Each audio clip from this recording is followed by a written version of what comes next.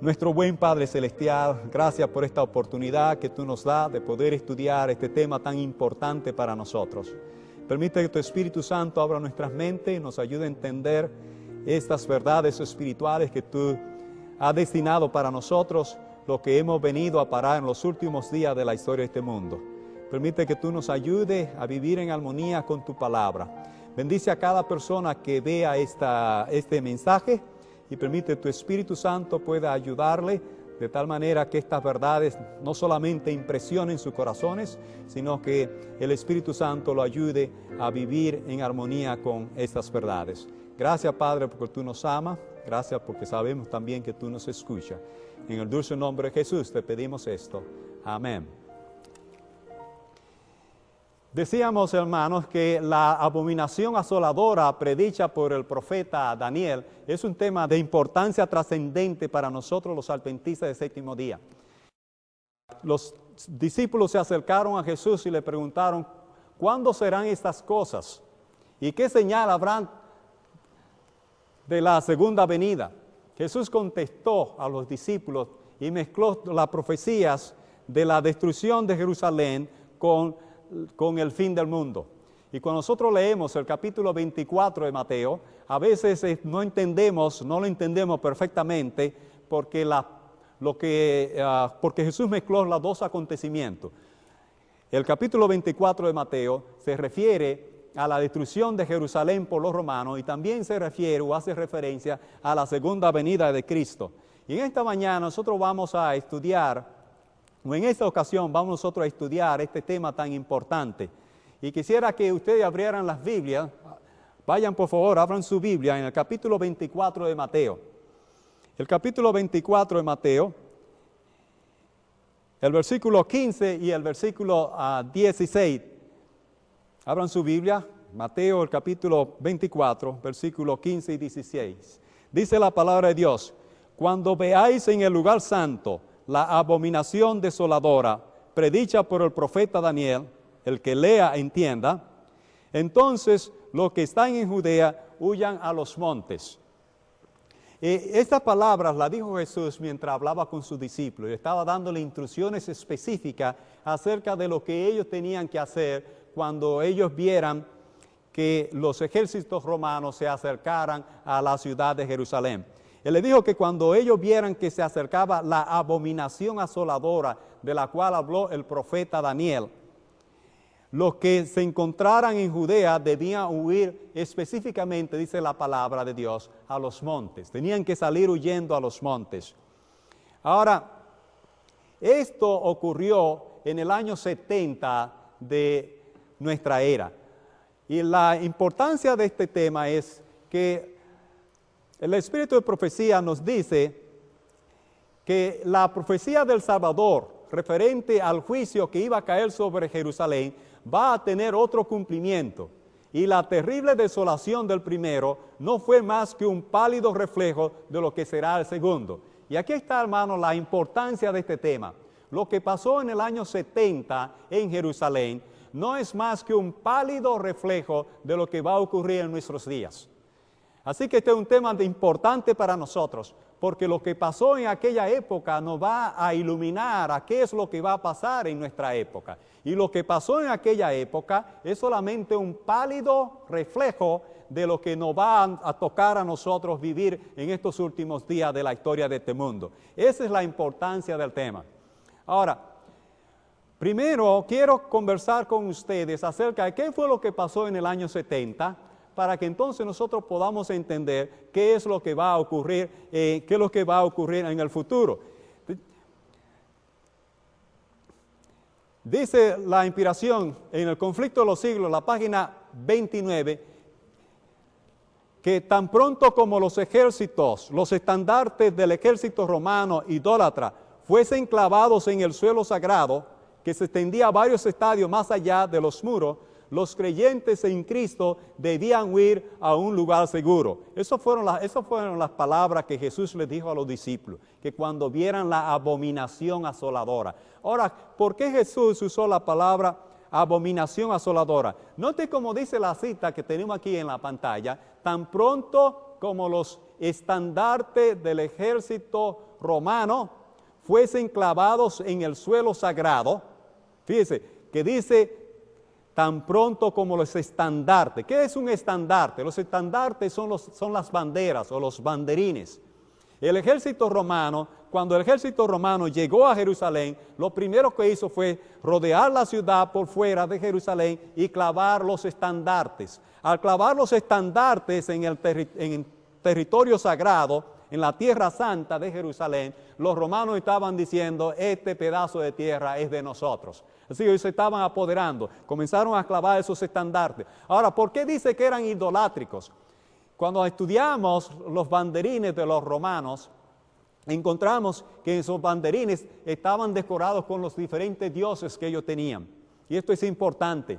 Es importante que estas marcas que ellos iban poniendo alrededor de la ciudad contenían imágenes de los ídolos o de los dioses de los romanos. Así que por eso Jesús le dijo: cuando vieran en el lugar santo la abominación asoladora que profetizó el profeta Daniel, el que le entienda, los que estén en Judea huyan a los montes. Jesús se estaba refiriendo a esos estandartes que iban a ser colocados en la tierra santa de Jerusalén. Cuando Jesús dijo en el lugar santo, Él no se refería al lugar santo del santuario. Él estaba hablando acerca de la tierra de Palestina como la herencia que Jehová le dio a los descendientes de Abraham, Jacob y Isaac, como la tierra santa. Cuando los estandartes romanos fuesen colocados ahí, esa era la señal que se le estaba dando a los cristianos para que ellos huyeran a los montes. Volvamos nuevamente a la cita que tenemos en la pantalla, donde dice: tan pronto como los estandartes del ejército romano idólatra fuesen clavados en suelo sagrado, que se extendía varios estadios más allá de los muros. Ese territorio un poco más allá de los muros todavía era tierra sagrada. Los creyentes en Cristo debían huir a un lugar seguro. Esa fue la instrucción que Jesús le dio a los discípulos. Ahora, ocurre, hermano, que los discípulos, los creyentes cristianos de aquella época, fueron fieles a las instrucciones que Dios les dio. Y esto es un punto que yo quisiera señalar. Se les dio a ellos instrucciones de lo que iba a ocurrir en el futuro y ellos fueron fieles a las instrucciones. Cuando ellos vieron que los soldados romanos llegaron y clavaron los estandartes, los banderines alrededor de la ciudad, ellos entendieron que aquí estaba el cumplimiento de la profecía de Jesucristo. Y note como dice la cita que tenemos en la pantalla, dice: ni un solo cristiano pereció en la destrucción de Jerusalén. Cristo había prevenido a sus discípulos y todos los que creyeron sus palabras esperaron atentamente las señales prometidas. Cuando viereis a Jerusalén cercada de ejércitos, había dicho Jesús, sabed entonces que su destrucción ha llegado. Entonces los que estuviesen en Judea huyan a los montes, y los que en medio de ella váyanse. Lucas capítulo 21, versículos 20 y 21. Así que es importante, hermanos, saber que los cristianos de la iglesia primitiva o de la iglesia apostólica fueron fieles. Y porque fueron fieles, ni uno de ellos pereció. Ni un solo cristiano pereció en eso, y se debió a su fidelidad a la palabra de Dios. En el conflicto de los siglos, en la página 33, la señora White continúa relatando la historia de lo que ocurrió en el año 70. Estamos estudiando el año 70 porque queremos saber qué fue lo que pasó en el 70 para poder entender qué es lo que viene en el futuro y cómo nosotros podemos ser fieles también y obedecer las órdenes que a nosotros se nos han dado. Dice la cita de la pantalla: después que los soldados romanos, al mando del general Cestio Galo, hubieron rodeado la ciudad, abandonaron de pronto el sitio de una manera inesperada. Y eso cuando todo parecía favorecer un asalto inmediato. Perdida ya la esperanza de poder resistir el ataque, los sitiados estaban a punto de rendirse, cuando el general romano retiró sus fuerzas sin motivo aparente para ellos. Empero, la provisora misericordia de Dios había dispuesto los acontecimientos para bien de los suyos. Nadie entendió por qué Cestio Galo, que fue el general romano que rodeó a Jerusalén, nadie entiende por qué se retiró. Pero sabemos, según esta cita y por el cumplimiento de la profecía, que se retiró para que se cumplieran las promesas que Dios les dijo a sus hijos. Cestio Galo rodeó la ciudad de Jerusalén y sin motivo alguno se retiró. Y cuando Cestio Galo se retiró, los cristianos pudieron salir de la ciudad y irse a los montes como Jesús los había instruido. Es importante, quiero que recuerden el nombre de este general. Es muy importante en el estudio que estamos haciendo, porque a nosotros los adventistas del séptimo día también se nos va a rodear. Y cuando veamos esa señal, tenemos que entender y recordar el nombre Cestio Galo. Eso es un nombre muy importante que vamos a necesitar más adelante en este estudio. Sigue la misma cita diciendo, ya estaba dada la señal a los cristianos que aguardaban el cumplimiento de las palabras de Jesús. Y en aquel momento se les ofrecía una oportunidad que debían aprovechar para huir. Conforme a las indicaciones dadas por el Maestro, los sucesos se desarrollaron de modo tal que ni aun los judíos ni los romanos hubiesen podido evitar la huida de los creyentes. Voy a seguir con el siguiente slide, porque es una continuación. Dice, habiéndose retirado Cestio Galo, los judíos hicieron una salida para perseguirle. Y entre tanto que ambas fuerzas estaban así empeñadas, los cristianos pudieron salir de la ciudad, aprovechando la circunstancia de estar los alrededores totalmente despejados de enemigos que hubieran podido cerrar el paso. Conflicto de los siglos, página 33 y página 34. Quisiera hablar un poquito acerca de esto. Cuando Cestio Galo se retiró sin motivo, Cestio Galo tenía rodeada la ciudad, a los judíos se le había acabado el alimento y todo parecía que Cestio Galo iba a atacar la ciudad porque las condiciones que habían para el ataque eran favorables. Si Cestio Galo hubiese atacado, hubiese ganado la batalla, pero por razones no inexplicables para los humanos, Cestio Galo se retiró. Y cuando Cestio Galo se retiró, los judíos, al ver que Cestio Galo se retiraba, le cayeron atrás para pelear con los romanos. Y cuando los judíos salieron de la ciudad para pelear con los romanos, los cristianos encontraron todas las puertas abiertas y salieron y se fueron a las montañas como Jesús les había instruido. Voy a continuar con la siguiente cita porque es también continuación de lo mismo. Dice, espantosas fueron las calamidades que sufrió Jerusalén cuando el sitio se reanudó bajo el mando de Tito. Unos años más tarde, unos pocos años más tarde, aproximadamente unos 3 años más tarde, los romanos regresaron a Jerusalén. Pero ahora no vino Cestio Galo. Quien regresó ahora fue el general Tito. Y Tito es bien conocido porque Tito ganó esta batalla y a consecuencia de haber ganado esta batalla o como resultado de que ganó esta batalla en Jerusalén, llegó a ser uno de los césares romanos. Y eso es un dato histórico importante. Así que como 3 años más tarde, después que Cestio Galo se fue, y cuando los cristianos salieron de Jerusalén y se fueron, el general Tito regresó a Jerusalén y sitió la ciudad. Y lo que pasó ahora es espantoso. Vamos a leer esta cita y ustedes verán las cosas espantosas que ocurrieron en Jerusalén.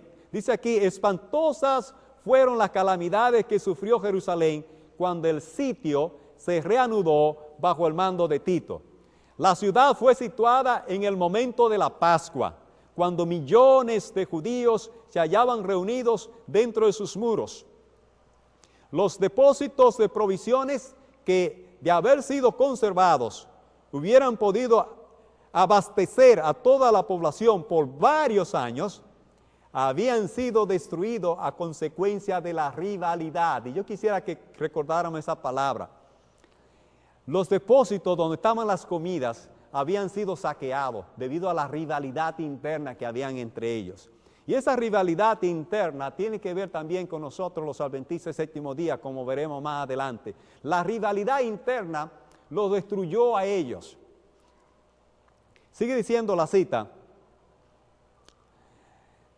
Tan atroz era el hambre que los hombres roían el cuero de sus cintos, sus sandalias y sus cubiertas y las cubiertas de sus escudos. Era un hambre atroz que estaban padeciendo. Voy a seguir con la siguiente cita, que es continuación. También dice, millares murieron a consecuencia del hambre y la pestilencia. Los esposos se arrebataban unos a otros los alimentos. Los hijos quitaban a sus ancianos padres la comida que llevaban a su boca.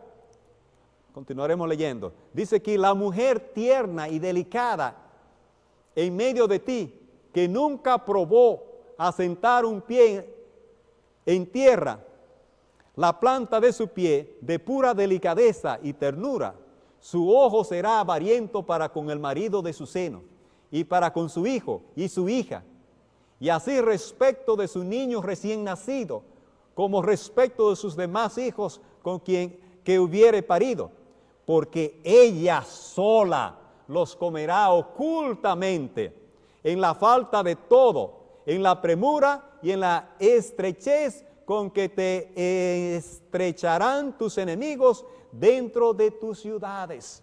Página 35 y página 36. Hermanos, mi querido hermano, esto que pasó en Jerusalén no es más que un pálido reflejo de lo que nos va a pasar a nosotros. ¿Estamos nosotros listos para la crisis que nos espera? Noten, hermanos, cómo esta cita del Espíritu de Profecía detallan con claridad la angustia por la cual pasaron los discípulos y los judíos. La angustia por la cual pasaron ellos y los problemas que tuvieron que enfrentar. Cómo tuvieron que comerse la suela de los zapatos, cómo tuvieron que comerse el cuero de sus correas, cómo tuvieron que comerse el cuero donde guardaban sus armas. El hambre, tuvieron que cocinar, comerse a sus propios hijos del hambre que estaban pasando en esa situación. Y ahora, eso no es más que un pálido reflejo de lo que va a ocurrir en el futuro. Sigue diciendo aquí la misma cita, dice, durante la lucha, un soldado romano arrojó al pórtico por una abertura un leño encendido e inmediatamente ardieron los aposentos enmaderados de cedro que rodeaban el edificio santo. Tito acudió apresuradamente, seguido por sus generales y legionarios, y ordenó a los soldados que apagasen las llamas. Sus palabras no fueron escuchadas.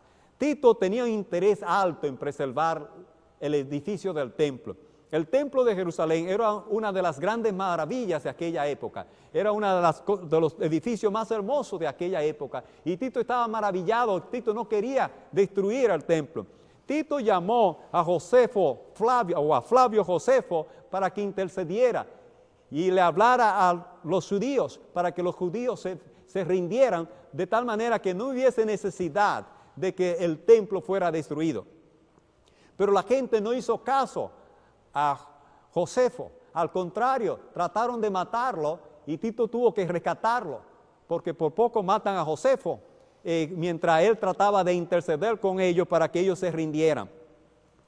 Dice, furiosos los soldados arrojaban teas encendidas en las cámaras contiguas al templo y con sus espadas degollaron a gran número de los que habían buscado refugio allí. La sangre corría como agua por las gradas del templo. Miles y miles de judíos perecieron. Por sobre el ruido de la batalla se oían voces que gritaban, Ishabod, Ishabod, la gloria de Dios se ha alejado. Esa expresión, Ishabod, Ishabod, es una expresión hebrea Y fue la misma expresión que ocurrió cuando en la época de Samuel, en la época del sacerdote Elí, cuando ellos fueron a pelear con los filisteos que llevaron el arca de Dios a la pelea, que murieron los hijos de Elí en la batalla, y cuando los filisteos tomaron el arca del testimonio y se apoderaron del arca del testimonio, los israelitas regresaron huyendo de la batalla, voceando, Ishabot, Ishabot, Ishabot, la gloria de Dios se ha ido la gloria de Dios. Cuando en el año 70 los romanos destruyeron el templo, también dice la inspiración que se oyó la misma voz que decía, Ishabot, Ishabot, la gloria de Dios se ha ido. Para los judíos no había una cosa más grande que su templo. Ellos nunca pensaban que ese templo iba a ser destruido. Por eso se metieron, casi todos se metieron. No había espacio para caminar. El templo se llenó de judíos, porque ellos pensaban ellos decían, templo de Dios es este, templo de Dios es este. Ellos no pensaban que Dios iba a destruir su propio templo. Por eso se llenaron ahí. Por eso leímos en la cita que los soldados furiosos dice que con sus espadas degollaron a gran número de los que habían buscado refugio allí. Dice también la cita, la sangre corría como agua por las gradas del templo y miles de judíos perecieron en esa ocasión. Ahora, esa masacre, hermanos, no es más que un pálido reflejo de las atrocidades que nosotros seremos testigos en un futuro no muy lejano. Sigue diciendo aquí el conflicto de los siglos, en la página 40, dice, la profecía del Salvador, referente al juicio que iba a caer sobre Jerusalén, va a tener otro cumplimiento. Y la terrible desolación del primero no fue más que un pálido reflejo de lo que será el segundo. Así que, hermano, lo que le pasó al pueblo de Dios, a la nación de Dios, al templo de Dios, no es más que un pálido reflejo de lo que le va a ocurrir al pueblo de Dios, al templo de Dios. Pero nosotros, hermanos, como a los judíos, se nos han dado instrucciones para que no nos ocurra como le ocurrió a ellos. Ahora, la diferencia entre ellos y nosotros es que ellos fueron obedientes a las instrucciones. Jesús les dijo, cuando vean la abominación asoladora, váyanse a los montes. A nosotros también se nos han dado instrucciones, pero nosotros hemos hecho caso omiso a las instrucciones que se nos han dado. Y ese es el problema, y esa es la importancia de este tema. Note lo que dice la inspiración. Dice, la crisis se está acercando rápidamente. Las cifras que suben velozmente demuestran que está por llegar el tiempo de la visitación de Dios. Aunque le repugna castigar, castigará sin embargo, y lo hará prestamente. Los que andan en la luz verán señales de un peligro inminente, pero no han de permanecer sentados en tranquila y despreocupada espera, consolándose con la creencia de que Dios protegerá a su pueblo en el día de la visitación. Lejos de ellos. Hermano, yo quisiera llamar tu atención a esta cita. Esta cita dice con claridad que la crisis se está acercando rápidamente. Y lo que le pasó al pueblo de Dios en el año 70 no es más que un pálido reflejo de lo que nos va a pasar a nosotros. Ahora, ellos estaban listos y ellos se prepararon. Y la pregunta es, ¿estamos nosotros listos? ¿Estamos nosotros preparados? Note cómo sigue diciendo la cita. Dice ahí al final de la cita, dice que algunos se están consolando con la creencia de que Dios protegerá a su pueblo en el día de la visitación. Y ella dice, lejos de ellos. Oh, mi apreciado hermano, oh, mi querido hermano, cuán equivocados nos encontramos nosotros. Yo te invito ahora mismo, ahí donde tú estás, que tú agarres tu Biblia. Tú agarres tu Biblia y vaya al libro de Ezequiel. Ezequiel, el capítulo 9, versículo 1 al 6, si tú quieres saber qué es lo que nos espera a nosotros los adventistas. Abre tu Biblia en Ezequiel capítulo 9 y lee los versículos de 1 al 6. Y tú notarás, mi querido hermano, que la orden de Dios a los verdugos es que pasen por Jerusalén. Nota que la orden de Dios no es que pase por Babilonia. La orden de Dios no es que pase por Egipto. La orden de Dios no es que pase por Tiro. La orden de Dios no es que pase por Samaria, sino que la orden de Dios a los verdugos es que pase por Jerusalén, que representa al pueblo de Dios. Y dice que se debe poner un sello en la frente de aquellos que gimen y claman a causa de todas las abominaciones que se cometen en ella. Todas las abominaciones que se cometen en ella, en el pueblo de Dios, en Jerusalén. Y el que no reciba esa marca, porque no está llorando y gimiendo, a los verdugos se le dice, pasa en pos de él y mata y no perdone. Vayan, como le dije, Ezequiel capítulo 9, versículo 1 al 6. Esa es la gran crisis que a nosotros nos espera. Va a haber una matanza entre nosotros. Nosotros necesitamos prepararnos como se prepararon los judíos. Y no podemos consolarnos con la idea de que Dios va a proteger a su pueblo en la hora de la visitación. El consejo que se nos da es lejos de ellos, lejos de ellos. Tenemos que prepararnos, hermanos, para esa gran crisis que a nosotros nos espera. Vamos a continuar con la siguiente cita. Dice, el día de la venganza de Dios está por sobrecogernos. El sello de Dios será puesto únicamente sobre la frente de aquellos que suspiran y lloran por las abominaciones que son cometidas. Nuestra propia conducta determina si recibiremos el sello del Dios viviente o si seremos abatidos o destruidos por las almas destructoras. No todos los que profesan observar el sábado serán sellados en aquel día en que Dios tenga controversia con su pueblo. Oh, hermano, nosotros estamos como el pueblo de Dios de la antigüedad, diciendo, templo de Dios es este, templo de Dios es este. Y no sabemos que los planes y la profecía de Dios tendrán que cumplirse. Y así como Jerusalén fue abatida porque no se prepararon, de igual manera, dice aquí, hermano, en aquel día en que Dios tenga controversia con su pueblo. Dios tiene una controversia con su pueblo. Y necesito llamar tu atención a ese punto, porque si no nos preparamos, vamos a pasar la misma consecuencia. Las profecías son claras y no hay necesidad de que haya duda entre nosotros. Necesitamos prepararnos para la crisis y el día de la venganza de Dios está por sobrecogernos. El día de la venganza de Dios está por sobrecogernos. Aquel día en que Dios tenga controversia con su pueblo. Dice Joya de los Testimonios, tomo 1, página 336. Dice la inspiración. Nótese esto con cuidado.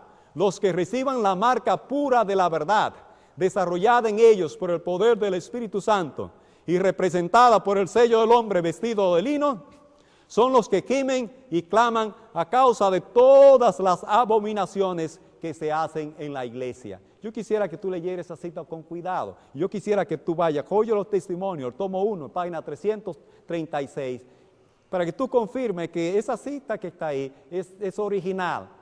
Es original. Chequea que ahí diga que note esto con cuidado, que los que reciban la marca pura de la verdad son aquellos que gimen y claman a causa de todas las abominaciones que se cometen en la iglesia.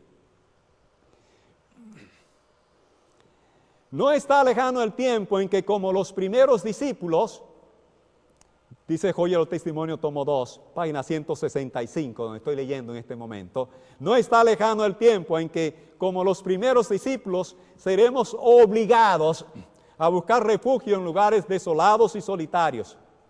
Así como el sitio de Jerusalén por los ejércitos romanos fue la señal para que huyesen los cristianos de Judea, así la asunción de poder por parte de nuestra nación, los Estados Unidos, con el decreto que imponga el día de descanso papal, será para nosotros una amonestación.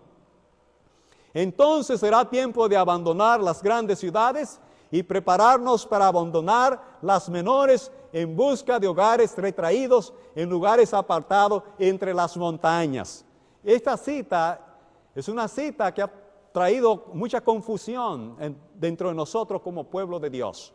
Yo quisiera llamar la atención a que esta cita se escribió en el año de 1885.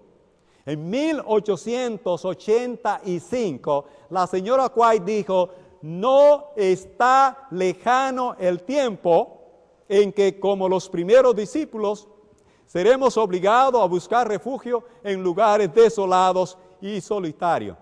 Note la expresión, no está lejano el tiempo. 1885. Y dice que la señal la cita dice que la señal para nosotros saber que debemos buscar lugares desolados y solitarios es cuando los Estados Unidos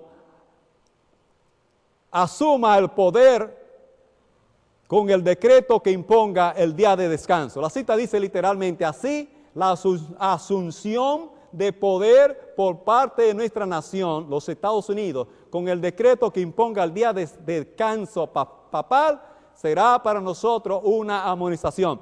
Note la palabra asunción. ¿Qué quiere decir la palabra asunción? La palabra asunción quiere decir asumir, pretender, creer que tiene el poder para hacerlo. Cuando Estados Unidos asuma, dice aquí así, la asunción de poder de parte de nuestra nación, los Estados Unidos, con el decreto que imponga la ley, el día de descanso papal será para nosotros una amonestación.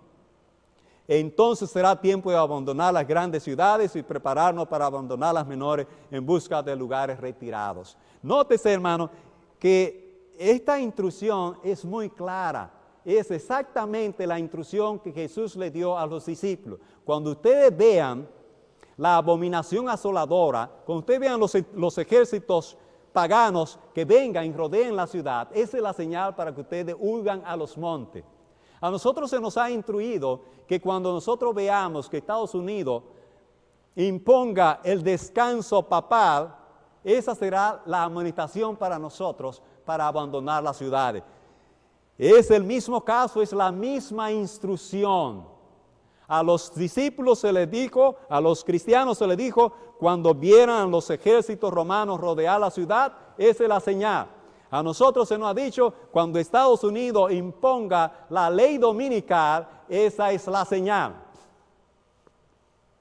Bueno, si esa es la señal, entonces nosotros no necesitamos en este momento salir a los lugares desolados y solitarios. Esa señal todavía no ha llegado, así dicen algunos, hermanos. Pero yo te voy a demostrar algo. Yo te voy a decir que esa cita de 1885 se cumplió literalmente en el año 1888. 3 años después que la señora White dijo, no está lejano el tiempo. Ese no está lejano el tiempo se cumplió 3 años después, en el año 1888. Aquí está la cita, aquí vengo con la cita. Note lo que dice aquí. Y esto es historia, aquí en Estados Unidos. Esto es un hecho histórico.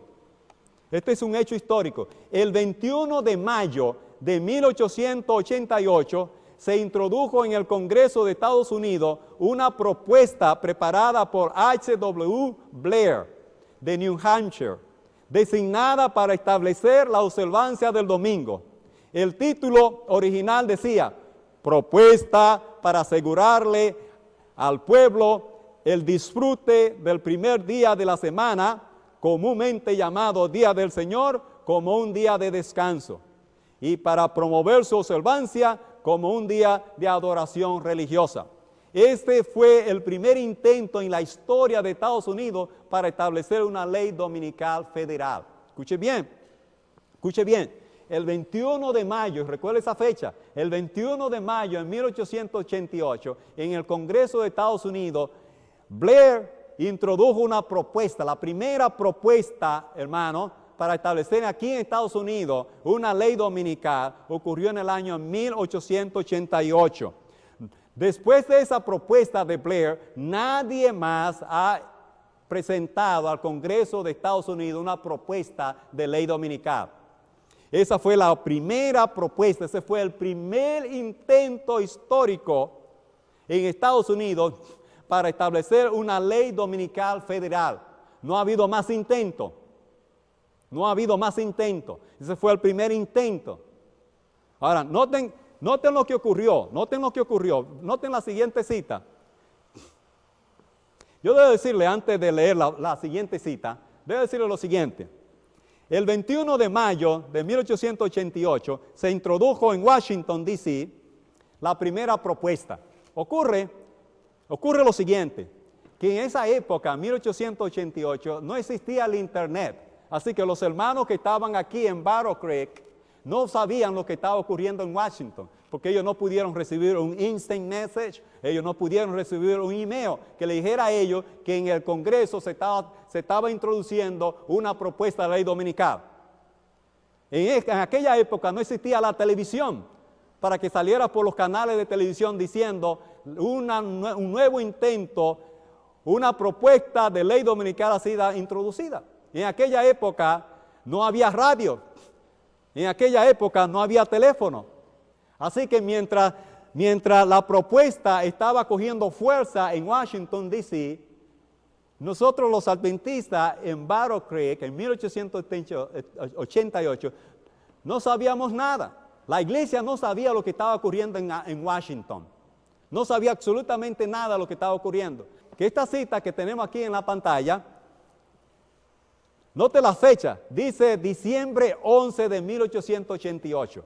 Inmediatamente la noticia llegó a Battle Creek. La revista adventista, Review and Herald, tiró una edición extra. Ustedes saben que cuando hay una noticia de importancia, muchos periódicos tiran una edición extra. Igualmente la iglesia en 1888, día 11 de diciembre de 1888, tiró una edición extra para darle a conocer al pueblo adventista que una ley dominical había sido introducida en el Congreso de Estados Unidos. Así que mira, hermano, la propuesta se introdujo el día 21 de mayo y no fue hasta el día 11 de diciembre del mismo año cuando ellos supieron de la propuesta. Son 7 meses después, aproximadamente 7 meses después, que se introdujo la propuesta de ley dominical cuando ellos se dieron cuenta de eso. Note lo que dice la cita, dice, por muchos años hemos aguardado que se promulgue una ley dominical en nuestro país y ahora que el movimiento está ante nosotros, preguntamos, ¿qué va a hacer nuestro pueblo al respecto? Debiéramos buscar a Dios en forma especial para que su pueblo reciba ahora gracia y poder. Note, hermano, voy a poner una cita más también, que salió en la misma fecha, en la edición extra de la Review and Herald, el 11 de diciembre. Sigue diciendo, el movimiento dominical está avanzando en la oscuridad. ¿Por qué dicen la oscuridad? Porque lo que estaba pasando en Washington, ellos no lo sabían en Battle Creek. Así que iba avanzando en la oscuridad. Sigue diciendo la cita, los líderes encubren el verdadero problema y muchos que se unen al movimiento no ven hacia dónde tiende la corriente oculta. Están trabajando a ciegas. No ven que si un gobierno protestante saca los principios que lo han hecho una nación libre e independiente y mediante leyes incorporan en la Constitución principios que propagarán las falsedades y los engaños papales, se hundirán en los horrores del romanismo de la Edad Oscura. Así que la iglesia se puso en acción. Inmediatamente la iglesia supo de esta ley dominical, la iglesia inmediatamente se puso en acción y tiró esas ediciones de la Review and Herald. Ahora, unos días después, el 1 de enero del año siguiente, unos días después, la señora White volvió a escribir en la Review and Herald el siguiente artículo. Dice ella, debemos mostrar al mundo que nosotros reconocemos en los eventos que ahora están tomando lugar en conexión con el movimiento de reforma nacional. Esa palabra, movimiento de reforma nacional, era la manera como se le llamaba al movimiento de la ley dominicana en aquella época. Dice, debemos mostrar al mundo que nosotros reconocemos en los eventos que ahora están tomando lugar en conexión con el movimiento de reforma nacional, el cumplimiento profético. Aquello que nosotros sabíamos durante los últimos 30 o 40 años, proclamado que vendría, ha llegado. Y la trompeta de cada atalaya que está sobre la muralla de Sión debe sonar la alarma. Ahora, hermano, llegó y las trompetas no sonaron. Noten lo que dice la siguiente cita. Acontecimiento que durante más de 40 años nosotros, basado en la autoridad de la palabra profética, hemos declarado inminentes, se están cumpliendo ante nuestros ojos. Ya se ha instado a los legisladores de la nación a estudiar la cuestión de una enmienda de la Constitución para restringir la libertad de conciencia. La cita que sigue dice, ha llegado a ser de interés e importancia nacional la cuestión de imponer la observancia del domingo. Bien sabemos cuál será el resultado de este movimiento. Y pregunta ella, ¿estamos listos para la crisis? Oye los testimonios, tomo 2, página 319. ¿Estamos listos para la crisis, hermano? Esa es la pregunta interesante. Ahora, sigue diciendo ella, durante muchos años hemos sabido que se promulgaría una ley dominical en nuestro país. Y ahora que el movimiento se ha producido, preguntamos, ¿cumplirá nuestro pueblo con su deber al respecto? Hermano, nosotros no hemos cumplido, ya ustedes verán. En 1888 se formó una institución aquí en Estados Unidos que todavía existe. La tengo aquí en la pantalla, se llama la Alianza para el Día del Señor de los Estados Unidos. No la traduje, la tomé directamente del internet tal como ellos la tienen en el internet. Nótese que abajo donde dice nuestra historia, dice aquí que esa institución fue fundada en el año 1888. Voy a subrayarlo aquí en la pantalla. Dice, la Alianza para el Día del Señor de los Estados Unidos fue fundada en el año 1888. Y esa institución todavía sigue en pie. Voy a seguir adelante con la siguiente cita. Ahora, la pregunta que quisiera hacer a cada uno de ustedes es la siguiente. ¿Entendió la señora White que la propuesta de Blair para enmendar la Constitución de Estados Unidos constituyó el primer sitio de la Jerusalén moderna, el sitio de Cestio Galos? Esa es la pregunta que tengo para ti, hermano. Esa propuesta de Cestio Galo constituyó el primer sitio de la Jerusalén moderna que somos nosotros. Mi querido hermano, ya nosotros se nos rodeó, ya vino Cestio Galo y nos rodeó. Y esa es la señal para nosotros salir de las ciudades. La primera señal, la señal se nos dio. En 1888, recuérdense, la señora White dijo, no está lejano el tiempo. Y 3 años después se introdujo en el Congreso de Estados Unidos una propuesta de Blair para modificar la Constitución. Así que Blair representa en la interpretación profética al general Cestio Galo. Voy a seguir para que noten, hermano, que la señora White entendió que Cestio Galo ya llegó. Cestio Galo ya llegó y ya rodeó al pueblo adventista del séptimo día. Noten lo que dice aquí. El decreto que ordena el culto de este día, el domingo, deberá ser promulgado en todo el mundo. Ahora, escuche lo que ella dice. Ya ha sido promulgado en forma limitada. El poder civil está hablando en varios lugares con la voz de un dragón, así como el rey pagano habló a los cautivos. Nótese lo que dice bien claro, ya ha sido promulgado en forma limitada. Querido hermano, tú que estás esperando la ley dominical llegó en 1888 de forma limitada.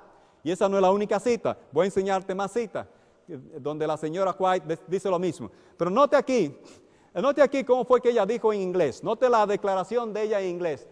Note lo que ella dice. Dice, el decreto que enfatiza la adoración del domingo, dice aquí, en un grado limitado, ya ha salido adelante, ya ha salido. It has already gone forward.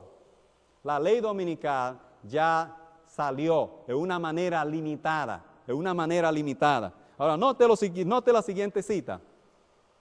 Note cómo dice aquí, el mundo protestante ha establecido un día de reposo idolátrico, en el lugar donde debiera estar el sábado de Dios, y va en pos de la pisada del papado. Ahora, note esto, note esta cita que dice, el mundo protestante ha establecido un día de reposo idolátrico. Recuérdense el consejo que les dijo Jesús, cuando vienen la abominación asoladora, cuando vienen los estandartes idolátricos, noten la misma palabra, los estandartes idolátricos que tenían los dioses falsos de la nación romana. Note cómo dice ahí también, el mundo protestante ha establecido un día de reposo idolátrico en lugar donde debiera estar el sábado de Dios, y va en pos de la pisada del papado. Por esta razón, note hermano, que aquí dice, el mundo protestante ha establecido un día de reposo idolátrico. No es que lo va a establecer, en forma limitada ya lo estableció. Y sigue diciendo, por esta razón, veo la necesidad de que la familia del pueblo de Dios se trasladen fuera de las ciudades, a lugares apartados del campo, donde puedan cultivar la tierra y cosechar los productos que ellos mismos siembren. De ese modo podrán criar a sus hijos con hábitos de sencillez y saludable. Veo la necesidad de apresurarse a fin de tener todas las cosas dispuestas para la crisis. ¿A qué crisis se refiere ella? Hermano, se refiere a la crisis de cuando no podamos comprar ni vender. Es una crisis, hermano, que se nos ha dicho que nosotros debemos sembrar nuestras propias provisiones, porque llegará el tiempo cuando el asunto de comprar y vender se va a poner muy difícil. Y a eso se refiere ella. El mundo protestante, hermano, ya dio la ley dominical de una manera limitada. Noten estas dos citas también en inglés. No la he conseguido en español, la tengo en inglés. Muchos de ustedes pueden leerla, pero quiero señalar dos cosas. Dice aquí, la presión de la ley dominical ha venido y viene. Yo quiero señalar esta cosa. La ley dominical, dice ella, la ley dominical ya llegó, has come, y viene. Recuérdense que el sitio de Jerusalén fue doble. Primero vino Cesio Galo y cercó la ciudad, ¿verdad? Y luego vino Tito y destruyó la ciudad. Por eso ella dice que la ley dominical ya vino y ya volverá. Ahora, cuando la ley dominical vuelva, será la época de Tito. Ahora, mi querido hermano, escucha bien. Cuando Tito llegue, será muy tarde para salir de las ciudades. Recuérdate que la gente tuvo que salir cuando Cesio Galo se retiró, fue la señal para que ellos salieran de las ciudades. También cuando Blair introdujo la enmienda en la Constitución, llegó el tiempo de dejar las ciudades. Note la cita de abajo dice, nosotros debemos estar haciendo lo mejor que podamos para derrotar esta ley dominical. Para la señora White, la ley dominical ya llegó y la ley dominical vendrá. Ya llegó Cesio Galo y Tito vendrá muy pronto. Cuando Tito llegue, no habrá tiempo de escapar. Note lo que dice la cita. No está lejano el tiempo en que, como los primeros discípulos, seremos obligados a buscar refugio en lugares desolados y solitarios. Así como el sitio de Jerusalén por los ejércitos romanos fue la señal para que huyesen los cristianos de Judea, así la asunción de poder por parte de nuestra nación, los Estados Unidos, con el decreto que imponga el día de descanso papal, será para nosotros una amonestación. Entonces será tiempo para abandonar las grandes ciudades y prepararnos para abandonar las menores en busca de hogares retirados en las montañas. Note, hermano, claramente, no está lejano el tiempo. Ya le dije que esa cita se cumplió 3 años después. Esa cita se escribió en 1885 y en el 1888 Blair introdujo la reforma en la Constitución. Note, hermano, que yo le decía que para la señora White en la cita anterior decía que no está lejano el tiempo para que tengamos que abandonar las ciudades. No está lejano el tiempo, dijo ella en 1885. Pero miren esta cita de 1903, ella dice, ha llegado el tiempo. Nótese, la cita anterior decía, no está lejano el tiempo. Y esta cita dice, ha llegado el tiempo, cuando a medida que Dios abre el camino, las familias deberían salir de las ciudades. Los niños deberían ser llevados al campo. Los padres deberían conseguir un lugar tan apropiado como lo permitan sus recursos. Aunque la casa sea pequeña, debe estar rodeada por terrenos que puedan ser cultivados. Note, hermano, esa cita, ha llegado el tiempo. Ahora, note la siguiente también. Salid de las grandes ciudades tan pronto como os sea posible. Fíjese, hermano, ella decía, no está lejano el tiempo, decía ella en el 1885, pero ahora en 1900 está diciendo, salid de las grandes ciudades tan pronto como sea posible. Ahora, note cómo dijo ella esto en inglés. Hay una diferencia en esta cita. En español dice, salid de las grandes ciudades tan pronto como sea posible, pero note que en inglés dice, salid de las grandes ciudades as fast as possible, queriendo decir tan rápido como sea posible. Nótese que en español dice, salid de las grandes ciudades tan pronto como sea posible. Pero ella no dijo, salgan tan pronto como sea posible. Ella dijo, tan rápido como sea posible. Hay una gran diferencia en tan pronto comparado con tan rápido. Debemos salir de la ciudad tan rápido como sea posible. Ese es el mensaje de Dios, hermano. Note la siguiente cita. Fuera de las ciudades, fuera de las ciudades. Este es el mensaje que Dios ha estado dando. Voy a rápidamente a seguir aquí. Dice, antes de destruir a Sodoma, Dios mandó un mensaje a Lot. Escapa por tu vida. No mires atrás, ni pares en toda la llanura. Escapa al monte. Nótese que dice que debía escapar al monte. No sea que perezca. La misma voz amonestadora fue oída por los discípulos de Cristo antes de la destrucción del templo. Y cuando vieres a Jerusalén cercada de ejércitos, sabed entonces que su destrucción ha llegado. Entonces los que estuvieren en Judea huyan a los montes. Note la expresión. Ahora note la cita que sigue. Dice, así fue en los días de Noé. Así ocurrió en el caso de Lot. Así en el de los discípulos ante la destrucción de Jerusalén, y así será en los últimos días. De nuevo se oye la voz de Dios con un mensaje de advertencia. Como en día de Noé y Lot, es necesario separarse decididamente del pecado y de los pecadores. Note cómo dice, tenemos, hermanos, que separarnos del pecado y tenemos que separarnos de los pecadores. Note bien lo que dice la cita. No puede haber transigencia entre Dios y el mundo, ni se puede volver atrás para conseguir tesoros terrenales. No podéis servir a Dios y servir a Mamón. Siguiente cita. Dice, esta madrugada no pude dormir después de las 2. Durante la visión de la noche me veía a mí mismo en una junta. Rogaba a varias familias que aceptasen las instrucciones establecidas por Dios y saliesen en las ciudades para salvar a sus hijos. Algunas de ellas dejaban pasar el tiempo sin tomar una determinación. Los ángeles de la misericordia apresuraron a Lot, a su esposa y a sus hijas, tomándolos de las manos. Si Lot se hubiese apresurado tal como el Señor lo deseaba, su esposa no se habría convertido en una estatua de sal. Sigue diciendo la siguiente cita. Sigue diciendo, es continuación de la misma cita. Lot adolecía de un marcado espíritu de dilación. No seamos como él era. La misma voz que amonestó a Lot a que saliese de Sodoma nos ruega, salid de en medio de ellos y apartaos y no toquéis lo inmundo. Noten, hermano, noten la palabra de Dios. Noten la palabra de Dios. La misma voz que amonestó a Lot a que saliese de Sodoma nos ruega, salid de en medio de ellos, apartaos y no toquéis lo inmundo. Aquellos que obedezcan esta amonestación encontrarán un refugio. Ahora, note la palabra refugio. ¿Qué quiere decir la palabra refugio? El refugio es donde usted huye para salvar su vida. Y si usted no entra al refugio, usted pierde su vida. Que cada hombre esté bien despierto y procure salvar a su familia.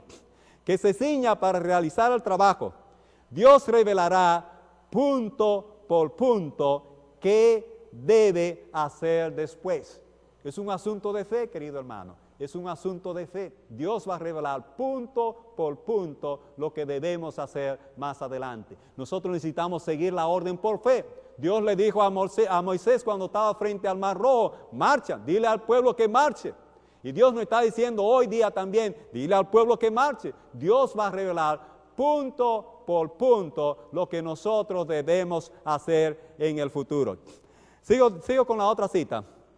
Dice, una y otra vez el Señor ha instruido a los miembros de su pueblo a que saquen sus familias de las ciudades y las lleven al campo, donde puedan cultivar sus propias provisiones, porque en el futuro el problema de comprar y vender será muy serio.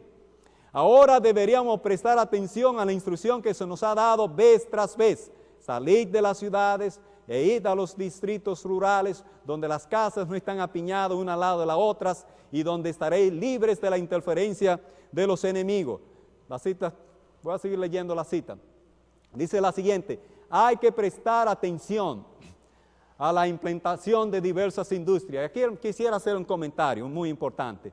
Lo que estamos hablando, hermano, en este tema tan importante, no debe llevar a nosotros a la confusión, ni siquiera debe llevar a nosotros al apresuramiento. Nadie debe apresurarse con esta verdad, pero todo el mundo tiene que planificar lo que va a hacer. Ahora, el consejo personal que yo le doy a todo hermano adventista del séptimo día es que en lugar de irse al campo de manera solo, cada adventista del séptimo día debe pasar por un puesto de avanzada, ese es el consejo de la Cena del Señor, debe pasar por un puesto de avanzada para aprender cómo sostenerse en el campo. Esa es la importancia de que nosotros los adventistas establezcamos puestos de avanzada por todas partes del mundo.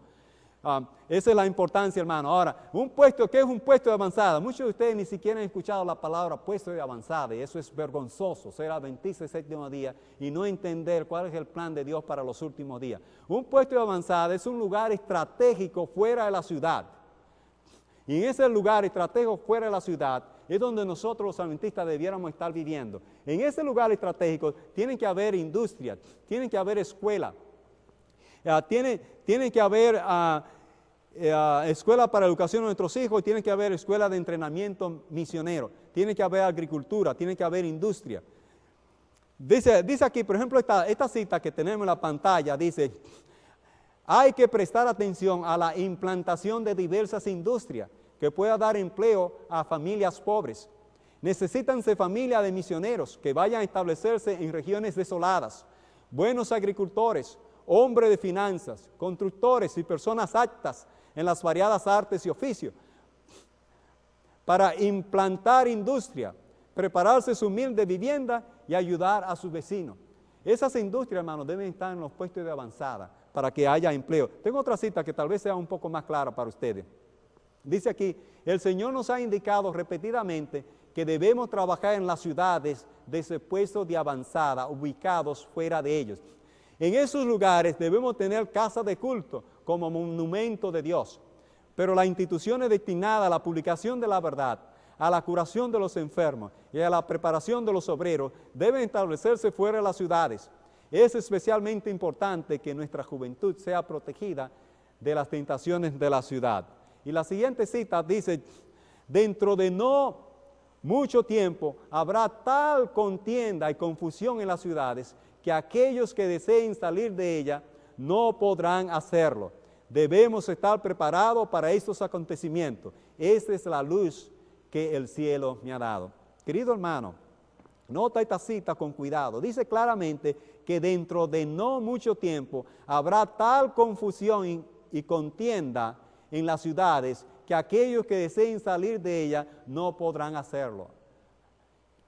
Querido hermano, Cestio Galo ya llegó en 1888 y cuando llegue Tito, dice esta cita, no podremos salir de las ciudades como le pasó a los judíos. Va a haber una confusión tan grande que cuando querramos salir de las ciudades será muy tarde. También los judíos, cuando ellos quisieron, ya no pudieron. Y la sangre de ellos dice que corría por las gradas, porque no se prepararon. Ahora, los cristianos en el año 70 fueron fieles al mensaje de Dios. Y ni un solo cristiano pereció porque fueron fieles. Pero ¿y nosotros los adventistas del séptimo día, hemos sido fieles al mensaje que se nos ha dado? Desde 1888 para acá, la profeta de la iglesia adventista del séptimo día nos ha estado diciendo que debemos salir de las ciudades, ir a establecer puestos de avanzada, en esos puestos de avanzada, almacenar, cosechar los productos y almacenarlos para cuando llegue la época en que comprar y vender sea difícil. Pero nosotros no hemos hecho eso. Nosotros hemos tomado una actitud despreocupada y peligrosa. Dios le dijo a Noé que preparara un arca y le dijo que en esa arca tenía que poner alimento para él y para los animales. Ahora imagínense a ustedes que Noé hubiese dicho, bueno, lo importante es dar el mensaje. Nosotros, imagínense a Noé frente a sus hijos, diciendo a los hijos, miren hijos, lo importante es dar el mensaje al mundo. El arca es importante, sí, es importante hacer el arca, pero no tenemos tiempo para construir el arca. Nada más tenemos tiempo para predicar el evangelio, pero no tenemos tiempo para construir ningún arca. De alguna manera Dios nos va a salvar. Dios es poderoso y de alguna manera Dios nos va a salvar. Esa es una actitud peligrosa. Y Noé no tomó esa actitud, pero nosotros como pueblo hemos tomado la misma actitud. Y hemos dicho, no hay por qué preocuparse con eso de puesto de avanzada, no hay por qué preocuparse de almacenar los alimentos para la época en que no podremos comprar ni vender, no tenemos que hacer nada de eso. De alguna manera Dios nos va a proteger. Ahora quiero decirte, mi querido hermano, que durante el tiempo de angustia, los ángeles y los cuervos nos van a alimentar. Pero antes del tiempo de angustia, hay un pequeño tiempo de angustia que se llama el tiempo de angustia previo. Y durante ese tiempo de angustia previo, nosotros, los adventistas del séptimo día, vamos a tener muy poca protección divina. Durante esa época es que miles y miles, y si no millones, tendrán que dar su vida por el Maestro. Durante ese tiempo es cuando no podremos comprar ni vender. Y si tú no hiciste preparación para eso, tú vas a tener serios problemas. Tú vas a tener serios problemas. Dios nos está llamando y Dios está buscando hijos obedientes. Ya dice que dentro de no mucho tiempo habrá tal confusión en las ciudades que aquellos que deseen salir de ella no podrán hacerlo. Ahora tú posiblemente estés diciendo que esa cita se equivocó. Posiblemente tú en tu corazón estás diciendo, ahí se equivocó la inspiración. Pero yo quiero decirte a mi querido hermano, no juegue con la inspiración. Dios no es hombre para mentir.